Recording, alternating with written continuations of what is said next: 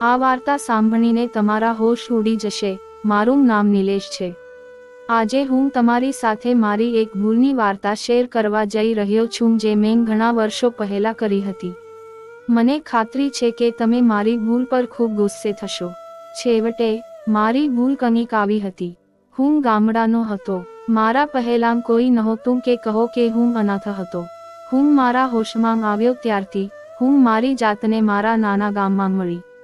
મારા કાકા મારી સાથે રહેતા હતા। તેમનો એક પરિવાર હતો। તેમને 3 દીકરીઓ હતી અને તે હંમેશા ચિંતિત રહેતો હતો। હું ગામડામાં ફરતો। મારી સંભાળ લેનાર કોઈ ન હતું।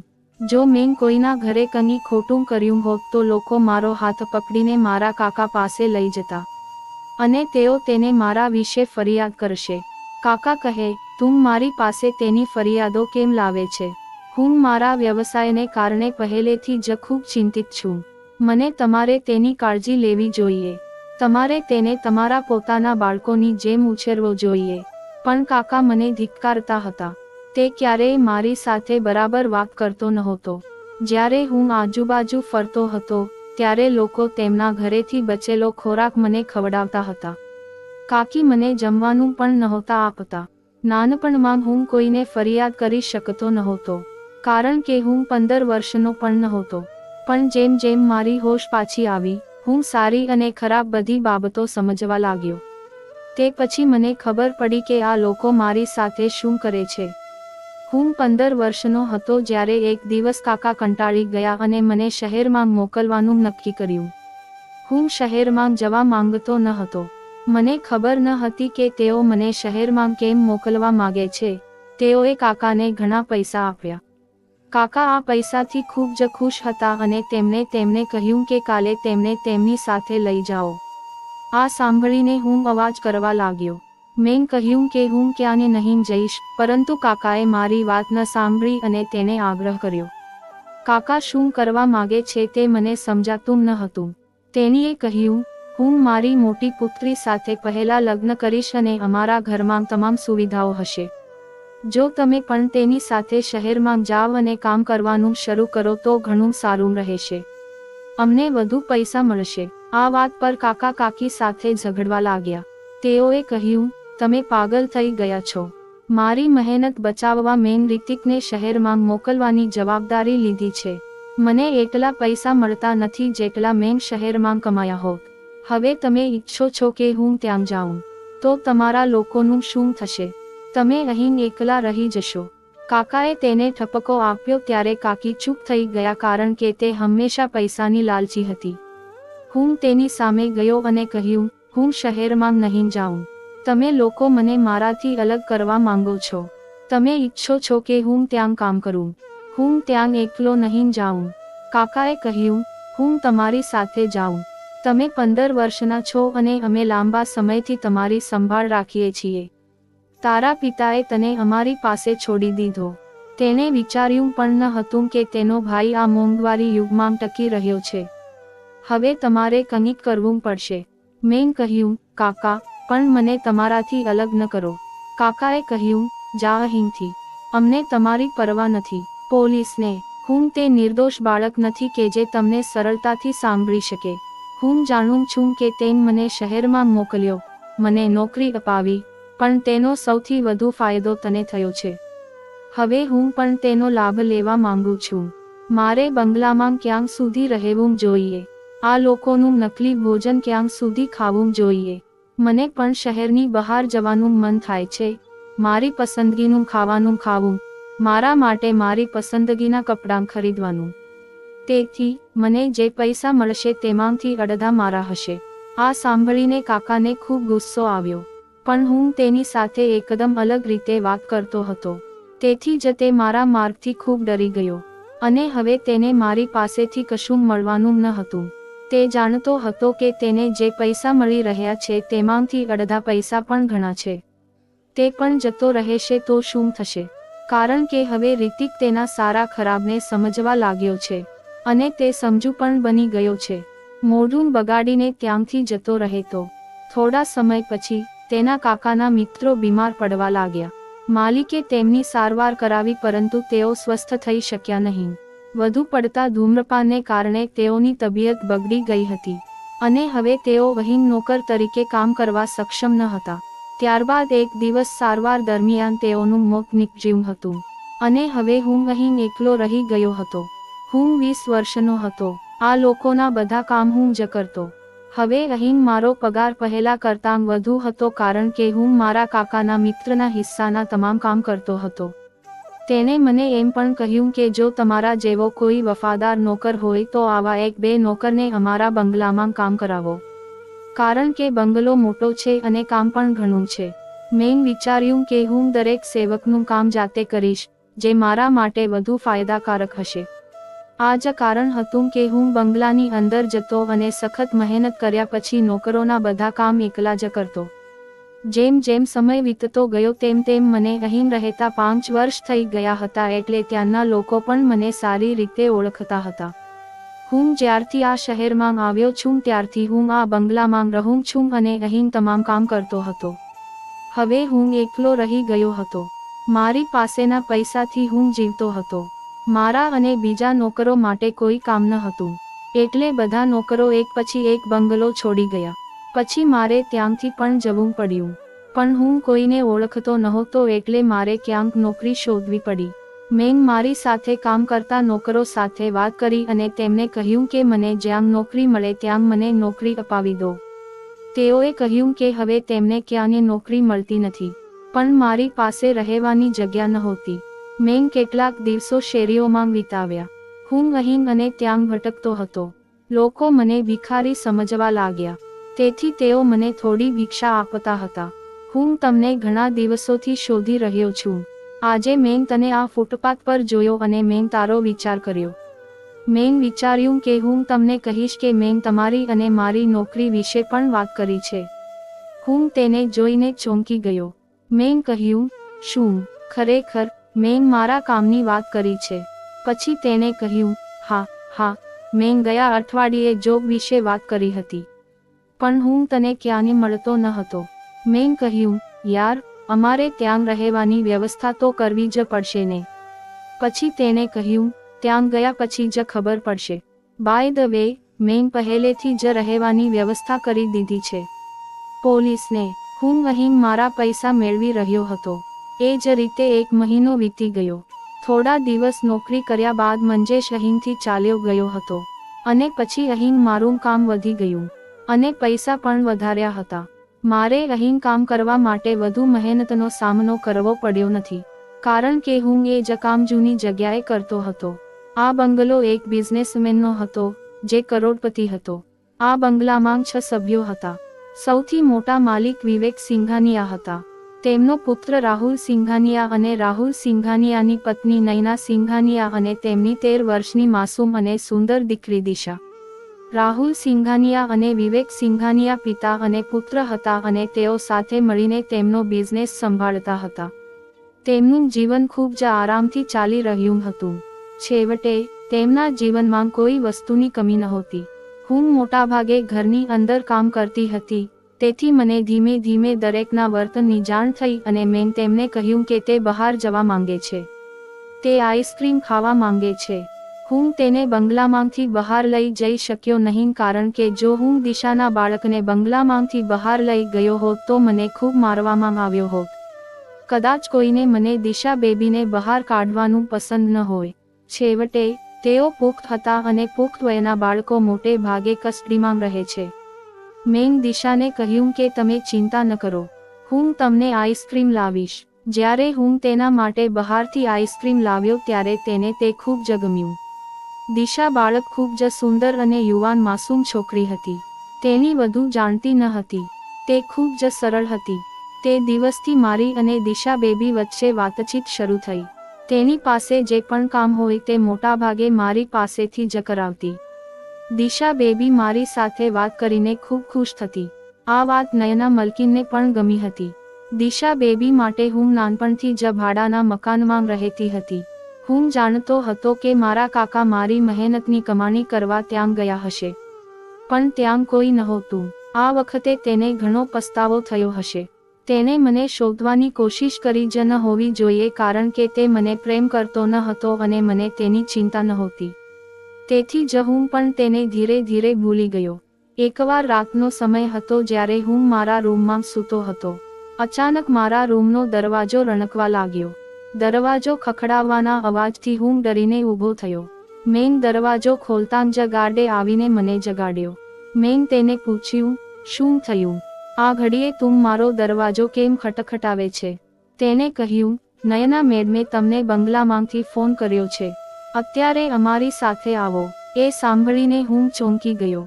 મને ખબર નથી કે બંગલામાં શું પ્રોબ્લેમ હતો કે મને રાતના આ સમયે બંગલામાં બોલાવવામાં આવ્યો. હું ઝડપથી ઊભો થયો. મેં મારા ક્વાર્ટરનો દરવાજો બંધ કરી દીધો અને હું ગાર્ડ સાથે નીકળી ગયો. જ્યારે હું ત્યાં ગયો તો જોયું કે રાત્રે નયના મલકીન અને રાહુલ સાહેબ તેમની દીકરી દિશા બાળક સાથે હોલમાં બેઠા હતા. તેઓએ કહ્યું, રિતિક, અમારી દીકરી તને બહુ યાદ કરે છે. તમે આખો દિવસ તેની સાથે રમો છો. તેની તમારાથી ખૂબ જ હચમચી ગઈ છે. તે તમને દરેક સમયે મિસ કરે છે. તેની કહે છે કે તમે તેના મિત્ર છો. તેણીને ઊંઘ ન આવી અને તે રડી રહી હતી અને કહેતી હતી કે તે તારી સાથે રમવા માંગે છે. તેણીએ તમારી સાથે રમવાનો આગ્રહ કર્યો છે. એવું ક્યારેય બન્યું નથી કે અમે અમારી દીકરીની કોઈ ઈચ્છા પૂરી ન કરી હોય. માર્ગ દ્વારા અમે ઘણો પ્રયાસ કર્યો. કિરીટિક ભૈયા આખો દિવસ ઘરે કામ કરે છે. હવે રાત્રિનો સમય છે. તેને આરામ કરવા દો. આ તેના માટે આરામ કરવાનો સમય છે. આ સમયે તે ગાઢ નિંદ્રામાં સૂતો હશે. પણ તેને અમારી વાત ન સાંભળી. હવે તમે જ તેને સમજાવો કે તે પોતે પણ સૂઈ જાય અને અમને પણ સૂવા દે. આ જોઈને હું હસતો રહી ગયો. મેં વિચાર્યું કે બંગલામાં કોઈ મોટી સમસ્યા છે. પરંતુ અસલી સમસ્યા દિશા બેબીની હતી. હું થોડા સમય માટે તેનું હૃદય રાખવા તેની સાથે રમ્યો. અને પછી મેં તેને કહ્યું કે હું બંગલામાં નહીં આવું. હું ડરી ગયો હતો અને હું પાછળ હતો. મને ખબર નથી કેમ જ્યારે પણ હું દિશા બેબીને જોતો ત્યારે મારો તેના પર ખરાબ ઈરાદો હતો. કહેવાય છે કે માણસનો સ્વભાવ પણ બહુ ખરાબ હોય છે. જ્યારે તેનો ઈરાદો ખરાબ હોય છે ત્યારે તે પોતાની વાસના પૂરી કરવા માટે નિર્દોષ વ્યક્તિ તરફ પણ જુએ છે. મારી હાલત પણ આવી હતી. હવે દર વખતે હું દિશા બેબીને એ જ આંખોથી જોતો હતો. જ્યારે તે મારી સાથે રમતી હતી ત્યારે હું તેને ગુપ્ત રીતે સ્પર્શ કરવાનો પ્રયાસ કરતો હતો. હું તેની સાથે બાળક બની જતો હતો. આ જ કારણ હતું કે હું તેને ખૂબ પસંદ કરવા લાગ્યો હતો. અને તે હંમેશા મારી આદત હતી. નયના મલકીન પણ મને કહેતી કે તારે મોટાભાગે મારી દીકરીનું કામ કરવું જોઈએ. જ્યારે તમે ત્યાં હોવ ત્યારે તે મારી પાસેથી કોઈ કામ કરાવવાનો આગ્રહ રાખતી નથી. નયના મલકીન મોટાભાગે તેના મિત્રો સાથે રહેતી. આ જ કારણ હતું કે જ્યારે તેનો પુત્ર મારી સંભાળ લેવા લાગ્યો ત્યારે તે ખૂબ જ બેદરકાર રહેવા લાગી. હું પણ તે જાણતી ન હતી કે કેટલીકવાર આપણે જેના પર ભરોસો કરીએ છીએ તે એક ક્ષણમાં આપણો વિશ્વાસ નાશ કરવા માટે પૂરતો છે. હું મારી જાતને કાબૂમાં રાખવાનો ઘણો પ્રયાસ કરી રહ્યો હતો કે હું દિશાના બાળક પર ખરાબ નજર ન નાખું. તે એક નિર્દોષ છોકરી છે. મારે તેના વિશે ક્યારેય ખોટું ન વિચારવું જોઈએ. પણ જ્યારે પણ હું તેને જોતો ત્યારે હું હંમેશા આવું જ વિચારતો. આવું કરવું બહુ મોટું પાપ હતું. હું મુશ્કેલ સમયમાંથી પસાર થઈ રહ્યો હતો. તેથી જ મારી સાથે આવું થઈ રહ્યું હતું. मैंने एक बार मैंने दिशा बेबी से नाराज होने की अभिनय की थी. मैं देखना चाहता था कि मेरे नाराज होने पर दिशा बेबी का क्या हाल होने वाला है. क्योंकि मैं कई बार नैना मलकिन के मुंह से भी ये सुन चुका था कि उससे मेरे बिना रहने की अब आदत नहीं है. वो मुझे बहुत ज्यादा दोस्त समझती है. चाहती है कि हमेशा उसका दोस्त तो उसके साथ खेलता रहे. सिर्फ पढ़ने के समय ही वो मुझे से अलग होती थी. बाकी ज्यादातर सारा दिन हम दोनों एक साथ ही होती थी. मैंने दिशा बेबी से कहा कि मैं आपसे नाराज हूँ. मैं दिशाने કહ્યું કે હું તારાથી નારાજ છું. હું હંમેશા તમારા માટે ઘણું બધું કરું છું પરંતુ તમે મારા માટે ક્યારેય કંઈ કર્યું નથી. દિશા બેબીએ કહ્યું, મને કહો રિતિક ભાઈ, હું તારા માટે શું કરું જેથી તું મારાથી ખુશ રહે. મેં કહ્યું, મને એક સરસ ભેટ આપો. હું તમારા માટે ખૂબ જ સારી ભેટ લઈશ જે તમને ખૂબ મદદરૂપ થશે. મેં તેને કહ્યું, જો તમે મને ભેટ નહીં આપો તો હું ગુસ્સે થઈશ. તમે જે કહ્યું તે યાદ રાખો. દિશા બેબીએ કહ્યું, હું તને વચન આપું છું કે કાલે તને ગિફ્ટ આપીશ.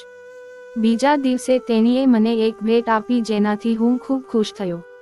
તેણી તેના પિતા સાથે ગઈ અને મારા માટે કપડાં ખરીદ્યા.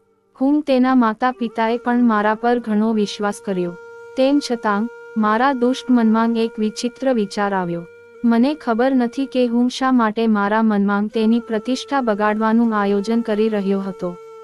હવે તેણે મને ભેટ આપી હોવાથી મને તેનામાં વધુ રસ પડ્યો. હવે હું વિચારી રહ્યો હતો કે મારી દિશાના બાળકને ઉપયોગી થાય તે માટે મારે શું કરવું જોઈએ. મને ખાતરી હતી કે હું તેને કહું તેમ તે કરશે. શહેરમાં ડ્રગ્સના કેસમાં વધારો થયો છે. પોલીસે શહેરમાં અનેક જગ્યાએ ડ્રગ્સના દરોડા પાડ્યા છે. તેના પુત્રએ જવાબ આપ્યો કે આપણા દેશના યુવાનોને બગાડવામાં સૌથી મોટી ભૂમિકા ડ્રગ સપ્લાયરની છે. આટલું કહી તેમની વાતચીતનો અંત આવ્યો. પણ હું દિશા બેબીના રૂમમાં ગયો. હવે તેણીની દરરોજ સવાર મને જોયા પછી થવા લાગી. તે દિવસે પણ જ્યારે હું દિશા બેબીના રૂમમાં ગયો ત્યારે મેં જોયું કે તેને ગુલાબી કલરનો ગાઉન પહેર્યો હતો. તે ખૂબ જ સુંદર દેખાતી હતી અને તેને ઊંઘ આવતી ન હતી. વાસ્તવમાં નોકરાણી તેને તૈયાર કરી રહી હતી. ત્યારથી મેં તેને કહ્યું કે તેણે સવારે વહેલા ઉઠવું જોઈએ કારણ કે સવારે મોડું સૂવું સ્વાસ્થ્ય માટે ખરાબ છે. આજે મેં ફરીથી તેના વાજબી હાથ જોયા. મેં ખૂબ જ મુશ્કેલીથી મારી જાતને નિયંત્રિત કરી. થોડીવાર તેની સાથે વાત કર્યા પછી હું કોઈ કામ માટે બંગલાની બહાર ગયો. હું એક મેડિકલ સ્ટોર પર ગયો. મેં તેમની પાસેથી ઊંઘની ગોળીઓ માંગી અને હું તેમની સાથે મારા ક્વાર્ટરમાં આવ્યો. મેં ગોળીઓ કાળજીપૂર્વક ક્વાર્ટર્સમાં રાખી અને પછી હું ઘરના કામમાં વ્યસ્ત થઈ ગયો. સાંજે જ્યારે દિશા બેબી પણ તેના ટ્યુશન પછી તેના શિક્ષક પાસે ગઈ ત્યારે તે મારી સાથે વ્યસ્ત થઈ ગઈ. આજે વાત કરતી વખતે મેં દિશા બેબીને કહ્યું કે મને લાગે છે કે તું રાત્રે સારી રીતે સૂઈ જાય છે. તેણીએ કહ્યું, ના, મને રાત્રે ઊંઘ નથી આવતી. મમ્મીએ કહ્યું, વહેલા સૂઈ જા. હું મારા રૂમમાં જઈને બેડ પર સૂઈ જાઉં છું. મમ્મી મારી સાથે સૂઈ રહી છે, પરંતુ હું મારો સમય પસાર કરી શકું તે માટે હું તેની સાથે વાત કરું છું. મેં કહ્યું, દિશા બેબી, તું કેમ ચિંતા કરે છે? તમારે રાત્રે તમારા માતા પિતાને ખલેલ પહોંચાડવી જોઈએ નહીં. તમે જાણો છો કે તમારા પિતા પણ કામથી થાકીને ઘરે આવે છે. તેને પણ સૂવું પડે છે અને તમારી માતા પણ લોકોને મળીને થાકી જાય છે. તમે આખો દિવસ ઘરે જ રહો છો જેથી તમે થાકતા નથી. કોઈ પણ રીતે બાળકોને રાત્રે મોડા સૂવાની અને સવારે મોડે સુધી જાગવાની આદત હોય છે. હું તમારી સમસ્યા સારી રીતે સમજી શકું છું. તમે એક કામ કેમ નથી કરતા? હું છુપી રીતે તમને મળવા આવીએ છીએ. આ કહીને તે ખૂબ જ ખુશ થઈ ગઈ. હવે હું રાત આવવાની આતુરતાથી રાહ જોઈ રહ્યો હતો. હું મારા રૂમમાં સૂઈને દિશાના બાળકની રાહ જોઈ રહ્યો હતો. મારે જોવાની ઈચ્છા હતી કે તે આવે છે કે નહીં. આજે રાત્રે લગભગ 3 વાગે મારા રૂમનો દરવાજો ખખડાવ્યો. મેં જોયું કે તે દિશા બેબી હતી અને મેં તેને ઝડપથી રૂમમાં મૂકી દીધો. અંદરથી મેં તેને કહ્યું કે તે ખૂબ જ સુંદર અને નિર્દોષ છે. બેબી, તને તરસ લાગી હશે. મેં કહ્યું, ના, તને પાણી પીવું જોઈએ. શરીરમાં પાણીની ઉણપ ના થાય. હું ડરતો હતો કે આ સમયે મેં દિશા બેબી તરફ જોયું તો કોઈ તકલીફ થશે. દિશા બેબી કંઈ કહેવાની સ્થિતિમાં ન હતી. મેં તેને કહ્યું કે ઝડપથી બેસી જાઓ અને સંતાઈ જાઓ. મેં તેનો હાથ પકડીને તેને પલંગ પરથી નીચે ઉતાર્યો અને તેને આરામથી બેસવા કહ્યું. મેં કહ્યું, હું જોઈ લઈશ કે કોણ બારણે આવ્યું છે. જ્યાં સુધી તમે અહીંથી ન નીકળો ત્યાં સુધી આમ જ સૂતા રહો. તેણીએ સંમતિમાં ગરદન હલાવ્યું અને તે પથારી પર ગયો. દિશા બેબી, હું અહીંથી જવાનો નથી. મેં કહ્યું, મારી આખી યોજના બરબાદ થઈ ગઈ અને હું અફસોસ સિવાય કંઈ કરી શક્યો નહીં. આખી રાત ઘરના નોકરો અને ચોકીદારો દિશાના બાળકને અહીં ત્યાંથી શોધતા હતા. ત્યારબાદ તેઓ બંગલો છોડી આસપાસનો વિસ્તાર જોવા ગયા હતા. જ્યારે મેં જોયું કે ઘરના લગભગ બધા લોકો દિશાના બાળકને શોધવા ઘરની બહાર નીકળી ગયા છે, ત્યારે મને ખૂબ જ સારી તક મળી. હજુ સવાર પણ નહોતી થઈ. હું દિશા બેબીને સમજાવવા માંગતો હતો અને તેને કોઈક રીતે તેના રૂમમાં મોકલવા માંગતો હતો. પોલીસમેન પલંગની નીચે જોયું અને જોયું કે મારી ચેતના જતી રહી હતી. તે શાંતિથી સૂઈ રહ્યો હતો. હું તેણીને બહાર લઈ ગયો. મેં તેને જગાડવાનો પ્રયત્ન કર્યો પણ તેની આંખો ખુલતી ન હતી. મારા પગમાંથી જમીન નીકળી ગઈ. દિશા બેબીને શું થયું? તેની ભાનમાં કેમ નથી આવતી? પછી મને યાદ આવ્યું કે મેં દિશાના બાળકને ઊંઘની ગોળીઓ આપી છે. તે સવાર પહેલા ભાનમાં આવી શકતી નથી. તેનો અર્થ એ છે કે તે આ સમયે સંપૂર્ણપણે બેભાન છે. આ લોકો ખૂબ સારા હતા. તેઓએ મને ક્યારેય પોતાનો નોકર ગણ્યો નથી અને ન તો કોઈ નોકર સાથે તેમનું વર્તન ખોટું હતું. દિશા બેબી પણ મને તેનો સારો મિત્ર અને ભાઈ માનતી હતી. તેમ છતાં મેં આ કર્યું. આ માતા પિતાને રડતા જોવું મારાથી સહન ન થયું. તેમની એકમાત્ર પુત્રી માટે તેમની હાલત કફોડી બની રહી હતી. આ બધા માટે હું જ જવાબદાર હતો. હું રડતા રડતા ભગવાનને પ્રાર્થના કરી રહ્યો હતો કે તે કોઈક રીતે દિશા બાળકનો જીવ બચાવે. હું ક્યારેય તેના સિવાય કોઈની સાથે ખોટું કરવાનું વિચારીશ નહીં. હું મારી ભૂલો માટે માફી માંગતો હતો. મને લાગે છે કે મેં યોગ્ય સમયે મારા પાપો માટે માફી માંગી છે. તેથી જ ભગવાને દિશાના બાળકનો જીવ બચાવ્યો હતો કારણ કે દિશાની બાળકી ફરી હોશમાં આવી ગઈ હતી. પરંતુ ડોક્ટરે કહ્યું કે દિશા બેબીએ માનસિક સંતુલન ગુમાવ્યું છે. તેણીને તેની સાથે શું થયું તે કંઈ પણ યાદ નથી. હકીકતમાં તેણી ખોવાઈ ગઈ હતી. તેણીને લાંબા સમય સુધી સારવાર આપવામાં આવી હતી. હું દિશાના બાળકને સમયસર દવાઓ આપતો હતો. તેના માટે ભગવાનને પ્રાર્થના કરતો હતો. તેના પરિવારને દિલાસો આપતો હતો કે દિશાનું બાળક સારું થશે. તે પહેલા જેવી ફિટ હતી, હવે તેની હાલત એવી ન હતી. પરંતુ મારી મહેનત પછી ભગવાને તેની વધુ કાળજી લીધી અને તેના માતા પિતાએ તેના શ્રેષ્ઠ ડોક્ટર દ્વારા તેની સારવાર કરાવી. આ કારણે તે લગભગ 2 વર્ષ પછી સ્વસ્થ થઈ ગઈ અને તેણે આ વિશે ક્યારેય કોઈને કહ્યું નહીં.